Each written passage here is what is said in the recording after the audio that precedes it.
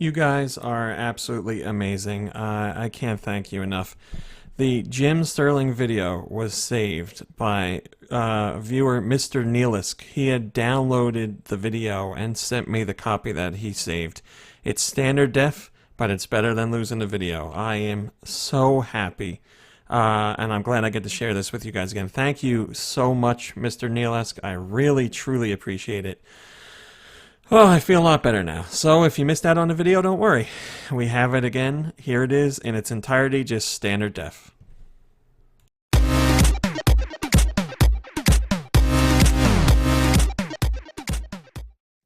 So let me say this right off the bat. I followed Jim Sterling for a very long time. I've watched a ton of his videos. I was reading his work back when he was writing at Destructoid, so I'm very familiar with what he does. His approach to videos aren't my taste, but I find the content within those videos to be interesting.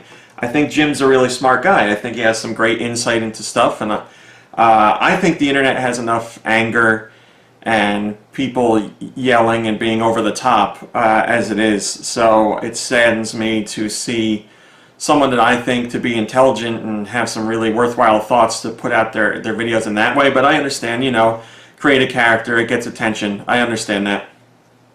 Just not my taste, but I'm not. This isn't to pick apart his character. This isn't anything like that. I'm just looking at the content that he presents in his latest video about the Switch and offering a counterpoint to some of his ideas. And I also want to point out, I agree with him on some points. I may not agree with the way he presents it, but the core ideas and the values that he's putting out there, I do agree with. But there are some topics I wanted to address and offer up a counterpoint for.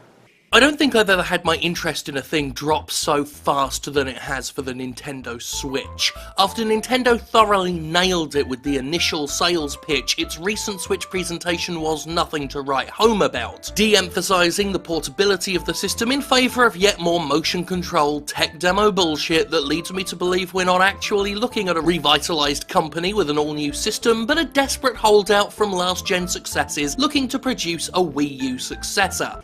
So a big issue here for me is just that whenever anybody includes motion controls as an aspect of a system, it seems like there's a very large majority of people, at least online, because that's where, you know, I'm seeing stuff, that are like, well, there you go, they've ruined it, typical Nintendo, they've put motion controls in there, now my interest is completely gone.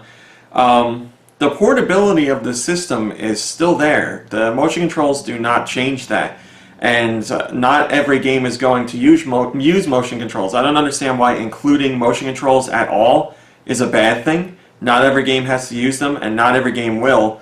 I took a look at the list of games that we know is coming to the Switch, and out of the list of everything that I could find, I found 2 games that definitely use motion controls, and there's no way of getting around it.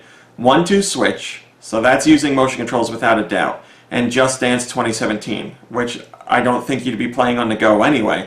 I mean, now you could take the system with you somewhere and have other people play it by them sliding off the Joy-Cons or something like that. But out of the games that are in development that we know of, these are the only 2 that I can find that are 100% for sure using motion controls. So if you're not into motion controls, I get that, then those games aren't for you. You were never going to buy Just Dance 2017 anyway, and 1-2 Switch just isn't your thing. Totally fine, I get that. Maybe The Legend of Zelda Breath of the Wild is going to use motion controls in some ways. I mean, I know it uses motion controls, but I don't know if there's an option to do everything via buttons. Maybe there'll be 1 or 2 things that you can't do that way, but by and large, everything we know that's coming to the Switch does not require you to use motion controls. Even ARMS, which I played at a demo event and played only using motion controls, that game can be played with just regular controls. So if you want traditional controls, you can have them.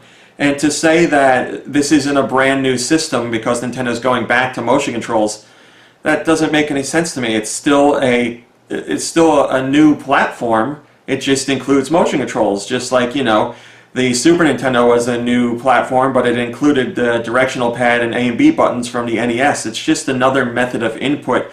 What we saw the Switch before was a traditional console with portability. And those features are still here. You just now have motion controls, and you also have the HD rumble. I also want to differentiate between HD Rumble and motion controls. Motion controls, like I said, definitely used in 1-2 Switch and Just Dance 2017. But HD Rumble, that's something completely different. And in Jim's video, he uses a clip where one of the developers is shaking the Joy-Con to show the HD motion for the sensation of feeling something in a glass. And that does use motion controls and HD Rumble. But that's in relation to 1-2 Switch. It's not the overall aspect of HD Rumble. So there's games that use HD Rumble that don't have motion controls at all, like Snipper Clips, that has HD Rumble for the paper cutting sensation. So don't mix up HD Rumble and motion controls because they're not one and the same, and neither of them have to be used together. They can be used on their own. Let's look at the ways in which Nintendo'd this whole thing up, shall we? First and foremost in my mind is Nintendo's online service, seemingly designed, on purpose, to be fucking shit. The company announced that the Nintendo Switch's online functionality would be a paid feature, similar to Xbox Live Gold and PlayStation Plus. Of course, everyone knows you can't just get away with charging for basic online access anymore, so you always need an added incentive. Both Sony and Microsoft offer discounts and free games on a monthly basis, and in the past they've gotten major retail games, brand new indies, and plenty of classic titles into the hands of their subscribers. Knowing this, and having a wealth of nostalgia at its fingertips, what has Nintendo done to match the value prospect of its competition? On the Switch's online service, you'll get one SNES or NES game a month. Temporarily. As in, after the month is done, Nintendo takes it back, and you'll have to buy it. What's wrong with you? Yeah, Nintendo actually looked at what Sony and Microsoft were doing and decided to make a demonstrably worse, literally objectively inferior version. So as for the online discussion, there's still so much about it that we don't know, but there are some points that Jim skips over that I wanted to address. So the online setup is going to have an online lobby and voice chat according to the image that he shows, which is on Nintendo.com. There will be the monthly exclusive, which is what I'm suspecting is what he's talking about with the NES or Super Nintendo games. But it also said there's going to be exclusive deals, so you'll be able to get things when you subscribe to the service that you wouldn't otherwise be able to get. And then on top of that, Nintendo put out a press release that said virtual console games on NES and Super Nintendo will have online play added. Now, I agree that having the 1 month there and then it disappearing, that does suck, and you'll have to buy it after that if you want it. I get it. But it's not like that's the only feature that's there. And the exclusive deals with which Jim later goes on to talk about how Sony on PlayStation Network has certain games that you can get perhaps free with the service or at a discounted price. Same thing with Xbox One. We don't know if that's the case here. I feel like he's jumping the gun a little bit. Nintendo's paperwork says exclusive deals, so we don't know what those offers are, and it's fair to think that the stuff Jim is looking for could be slotted in there. So I'm not saying it will be, I'm not saying it won't be, I'm just saying it's a little early to jump on this and say, well, it's not there, so Nintendo's is crappier. I think we need to wait a little bit more to find out some of those details. If, the system launches and we find out that's not the case, then it's time to jump on that complaint, and I'm right there with him. But as of right now, there's things that he missed, and there's a lot we don't know. So rather than take the negative route, I'm taking the wait and see route, because we don't know. Oh, while we're here, let's look at everything else Nintendo did to kill my interest in the Switch. The $70 price tag for the Pro Controller. Alright, let's break down the price discussion for the Pro Controller. And I'm not one that's like, I like paying more money for things. That's great. No, obviously I want things to be cheaper. Every video game, every accessory, I would love for it to be cheaper, yeah. But let's look at this discussion. So the Switch Pro Controller is $70. When you look at so the Switch Pro Controller is a more traditional controller. And when you look at it compared to PS4 and Xbox One controllers, it's $10 more expensive. So PS4 and Xbox One controllers are $60. I don't think $10 is a huge difference. I think controllers are overpriced to begin with, but I don't think like $10 is worth going crazy about. But that's personal opinion.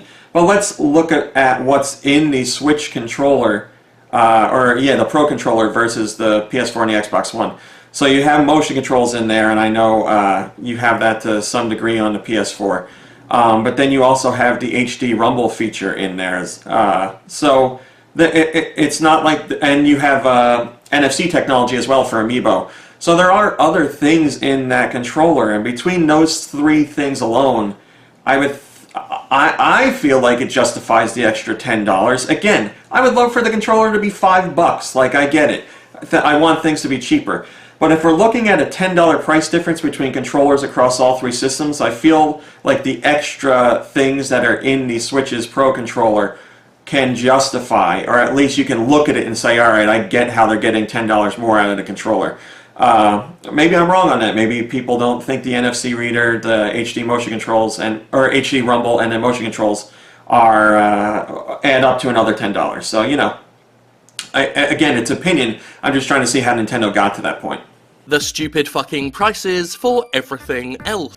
Okay, so Jim's going on about price again with other stuff, and again, in one of my videos I brought up a negative point being price just because, you know, things are pricey, but is that price justified? Or is Nintendo going absolutely insane? So you look at the price of, like, let's say the Joy-Con controller. So you're getting 2 Joy-Cons in a box for $80, basically. Now, if you look at the Wiimote on the Wii, or the one that you could buy during the Wii U era, that was $40. So basically, you're getting 2 Wiimotes in a Switch Joy-Con bundle, and that makes $80. So if one Wiimote is $40 and 2 Wiimotes are $80, and then you're getting 2 Joy-Cons, which still do more than the Wiimote did, you get stuff like HD motion and you get the IR camera and stuff like that, then you can see how the price equals out. I think the real issue is people are looking at the Switch Joy-Con bundle as one controller, and they're like, one controller is $80, but as you've seen, you can use the controllers. You can use one of them to play games, you can use both to play one game, you can split that and give it to another person for multiplayer. So when you look at it versus Wiimotes and what the Wiimote price is right now, I don't think it's all that crazy. And the same goes for if you buy one Joy-Con on its own, that's $50. So a Wiimote on its own is $40. So you're paying an extra $10, and I already covered how I feel that value is being met. So you could get both in a box for $80, which is the same as the price as 2 Wiimotes, or you could get one in a box for $50 and pay more, $10 more for just one. So obviously Nintendo's giving you the better deal in the bundle, and it is $80. I get that, but when you look at it from the perspective of the Wiimote, I think it makes sense. Then when you look at stuff like the Joy-Con charging grip, that's $30. I don't really see anybody complaining about that. I don't think anybody cares about the Joy-Con wheels. It's $15 for a set of 2 Joy-Con wheels, so I guess that's kind of a good deal. The only one that Jim doesn't specifically say what he's talking about, he just says everything else. The one where I would agree with him on, if he is talking about it, is the Switch dock. The Switch dock is $90, and it has the AC adapter and HDMI cord and the dock. And again, I've said this before, I don't know what that dock is doing. I need to find out why it is $90, because I feel like, and again, I have no technical information on what's going on inside the dock. I don't know anything specific. So until it's explained to me, I feel like that is very overpriced. $90 for a dock. It seems like it could be significantly cheaper, but if someone more intelligent were to come around and explain what's in there and how Nintendo could possibly get to that price, at least I would feel better knowing that. But as of right now, I have no explanation and no idea why it's that expensive. A shitty launch library. All right, shitty launch library. I don't like when people comment about this stuff, because that's, you know, we're really getting into the realm of opinion here. Some people might look at Breath of the Wild and 1-2 Switch and be like, that's all I need right there. That's a great launch lineup. And again, maybe someone would say, I don't want Breath of the Wild and I have no interest in 1-2 Switch, so I don't want those games, and the Switch has nothing for me at launch. I get that. So, you know, in your personal opinion, the titles that are available at launch aren't any good, but for someone else they might be fantastic. And we don't know what you're talking about as far as, we're talking about launch day, day one, so you're talking about stuff like Zelda and 1-2 Switch, or are you talking about launch month, which includes stuff like Snipper Clips and Bomberman. Bomberman might actually be day one. But I don't understand. I don't know if to make a blanket statement and say the launch lineup garbage. That's a very big, bold statement to make, and I also think it's a little uninformed and a little unfair as well. Voice chat being done through an app on your phone, for God's sake. Voice chat being done through an app on a phone. Again, we don't know. We hardly know any details about this. Does it sound strange? Sure. Does it sound different than what we're used to? Sure. But there's lots of things that are different from the norm, and then when they come around and we try them, we're like, oh my god, why wasn't it always like this way? Is it going to be the case with this? I have no idea. But I feel like it's just too early, and we don't know enough to say if this is going to be a good idea or not. Like, plenty of people have cell phones. Maybe it'll work out fantastic. It's not like I'm in love with the voice chat setup on my PS4. I use it and it gets the job done, but I'm not like, man, this is the greatest party system ever. It just, it does what it does. So maybe this alternative will be better. Maybe it'll be worse. Maybe it'll be the same. As long as it lets me talk to people and there's not too much of a hassle, then I'm fine with it. We just need to wait. This is the part in the video where I feel like Jim is getting just like heaping on stuff just to heap on stuff. I feel like he has some really good arguments in here and some points that he brings up that are fantastic. But right about now, I feel like it's leaning more towards the character than it is the content. Pre-orders for the things are already a shit show, despite Nintendo claiming it wouldn't have the usual shitty supply problems. Pre-orders, it's true Nintendo historically has issues in recent years with system stock and pre-orders, I get it. And it's annoying if you want the system and you can't find one right now. Any retailer, it seems, in the States doesn't have any stock to offer up. GameStop has said they're sold out. I can't find it online anywhere else. Toys R Us has yet to open their pre-orders. But GameStop has said more is coming, and Nintendo says there's not going to be stock issues. We're literally, 4 or 5 days after the system's been announced? The thing's sold out, so I understand the frustration, but we have until March. Let's see when the next wave of pre-orders come in, when we're going to be able to actually get those systems in our homes. Like the Wii, dear Lord, Nintendo had supply issues for years, and some say that's because Nintendo was purposefully doing that to get people more excited and want it more. Sure, I don't have any proof of that, but I could see why people are saying that. But right now we're at the Switch and we're at 4 days into pre-orders being open and they're sold out, and you're complaining about there being launch issues with how many there are in pre-orders. Let's wait until the system at least has, a week or two before it launches to see if there has been more stock coming in there. If right now the point we're at is still the point we're at when the sucker launches, or a week before this thing launches, then I get it. You'd be like, Nintendo, you said you weren't going to screw up pre-orders. We're 1 week out and we still haven't had the option to pre-order anymore anywhere. So again, little early. I understand the nervousness there, but the complete frustration this quickly after, I think is a little unwarranted. 3-2 Switch looking like it was made by assholes, exclusively for assholes. Alright, I know it's called 1-2 Switch. I'm not here to harp on that point. Everybody makes mistakes, that's fine. But the statement that follows after, this is the epitome of why I don't really enjoy Jim's videos.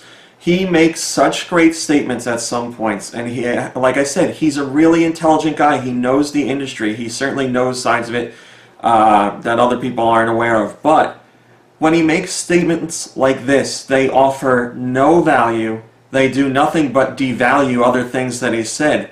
A game that looks like it's made by assholes for assholes. I get it. Is it a joke? Sure, it's a joke. I get it. But it's such a throwaway statement, and those are the kind of statements that people that dislike Nintendo really latch onto and are like, yeah, look at Nintendo, this stupid crap right here. Like, I hate to see him devalue his points like that. I get nothing from it. It doesn't do anything for the argument. He has such a good mind for this stuff, and doing this just ruins it for me. There are people out there that like that kind of game. They like to play motion control games. They like to do those silly things like that.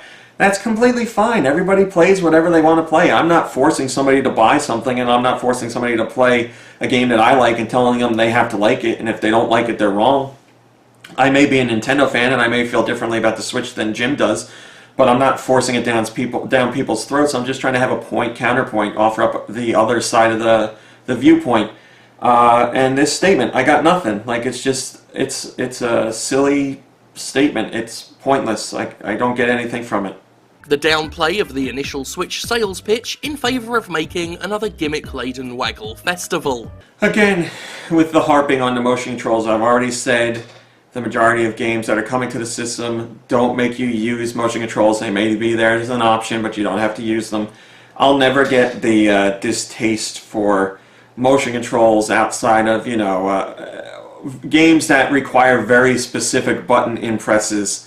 Like if you're playing Smash Brothers and they were like, here's Smash Brothers, everything's motion controls. I would get that. I understand, like, you wouldn't want Smash Brothers like that because it's such a fine-tuned when it comes to the button presses that you're using.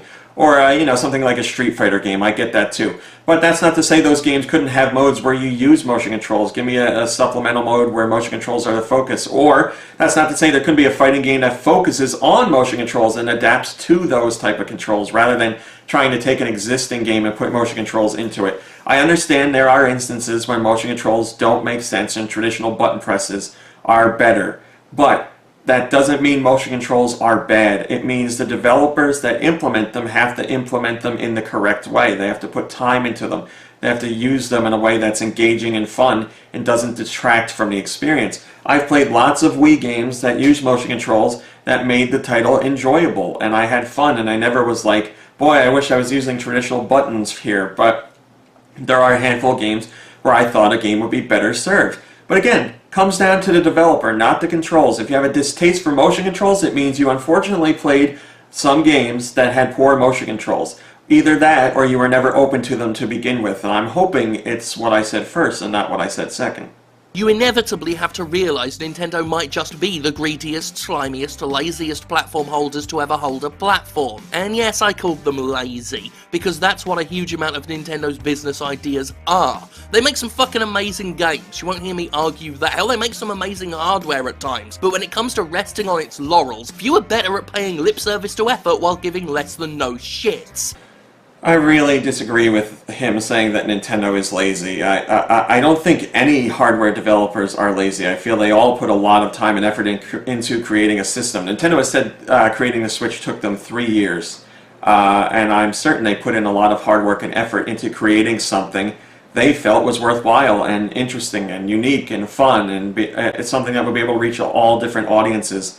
To just label them as lazy, it doesn't make any sense to me. There may be areas where Nintendo is out of touch. I certainly agree with that. There may be areas where Nintendo does things differently that people don't appreciate. I get that too. But to say that they're lazy, I do not believe they're lazy. As far as innovation, or at least the desire to try something new with their hardware, I really don't think Nintendo's lazy there at all. Whenever they have a new piece of hardware that comes out, they like to implement something new, something different, a change in some way, perhaps a new way to play games. And I mean, that's been present ever since the days of the Super Nintendo. They added in buttons that weren't on the controller for the Super Nintendo. Then the N64 had the joystick and rumble. The GameCube had a completely different controller layout and different type of triggers. Then obviously we moved on to the Wii and the Wii U and the Switch, and we have the 3DS and the DS and the Game Boy. I feel Nintendo always goes out of their way to innovate, or at least try new things with their hardware, and then they implement those with the software. And that's why Nintendo always says our hardware is very important to our software development, because they coexist together. I don't see the laziness in that. I see the desire to try something new and to not be afraid if it doesn't work out. They tried something new with the Wii U. It didn't work. It wasn't, a failure on the level of the Virtual Boy, but it wasn't anywhere near as successful as the Wii or other Nintendo consoles, so they took a hit there. I get it, but they tried something new. They tried something they felt was engaging, and it just didn't pan out for any number of reasons. And I think they would rather have that experience than be like, all right, we're just going to put out another system that displays prettier graphics and has a traditional controller. And I know that's what one side of Nintendo fans want, or one side of gamers want, that don't follow Nintendo right now. They just want what the other guys do, but with Nintendo games. So, I'm not saying that's right or wrong, but I feel like saying that detracts part of what Nintendo is, their DNA. Nintendo always does their own thing because they like doing their own thing. They like being challenged and trying new stuff, and I can appreciate that, even if I don't like what they end up making, or if I dislike a certain aspect of it, I can still appreciate the fact that they were trying something new. Alright, I want to close out this video again by saying I have no ill will towards Jim. I really do like some of his content, and I really think he has a mind for the industry. He has some amazing points that he makes. I just feel, his character, the way he creates his videos, lessens the impact or the value of some of the statements he makes. And I also want to point out that, if that turns you off to his videos, that's fine. If that turns you on to his videos, that's fine too. But I want to stress that at the end of this video, he has a good minute or minute and a half where he talks about how he doesn't want to see Nintendo fail. He wants Nintendo to succeed. He wants the Switch to be a success. He will be happy if Nintendo does well with the Switch.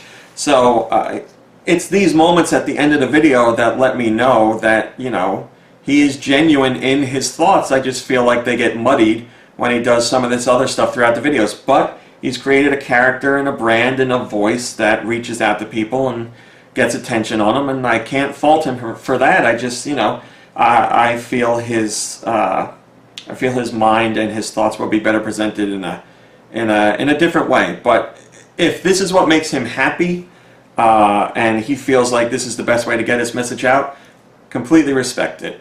Just it's not going to be for me. I would love to have a talk with him on you know, out of character and stuff like that. That'd be great. But his content, as far as that goes, it's not really up my alley. But again, I made a point to watch the video and listen to what he says and pick out the points that were valid, and I didn't address them at all. Like I said, go watch his video. There's plenty of stuff he says where I agree with, and maybe you'll agree with too. You just have to get through the other stuff to appreciate those points. So that's my point counterpoint. Hopefully you enjoyed it, and hit up the comments and let me know what you think. And I don't know when I'm going to do another one of these, but I'm sure it won't be too far off, and I hope you'll join me. So I will see you then.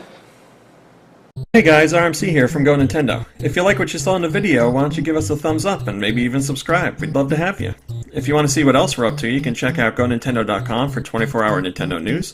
You can visit us on Facebook at Facebook.com/GoNintendo. You can check us out on Twitter at Twitter.com/GoNintendoTweet. And we're even over on Instagram at Instagram.com/GoNintendo. I put all the links in the description just to make it easier for you guys to follow. Thanks a lot.